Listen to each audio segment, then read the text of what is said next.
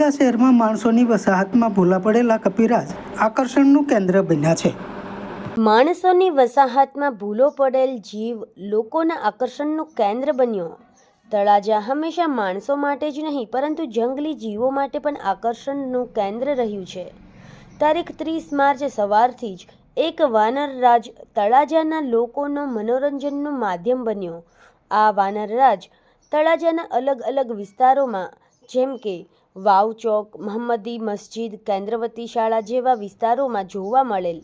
નાના બાળકો માટે આ વાનરરાજ મનોરંજનનું મોટું કારણ બન્યો હતો. સામાન્ય લોકો માટે એ જરૂરી બને છે કે આવા ગ્રુપમાંથી વિખૂટા પડી ગયેલા જીવને પજવવા ન જોઈએ.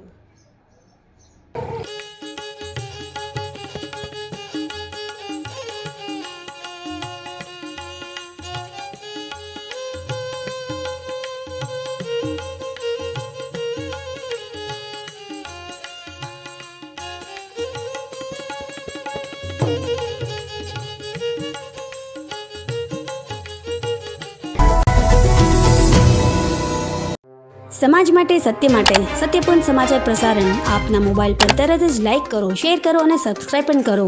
અને હા, ઘંટડી વગાડવાનું ન ભૂલશો. આભાર. સમાજ માટે સત્ય સાથે સત્યપુંજ. અહેવાલ, સમાચાર તથા જાહેરાત પ્રસારિત કરવા સંપર્ક સાધો.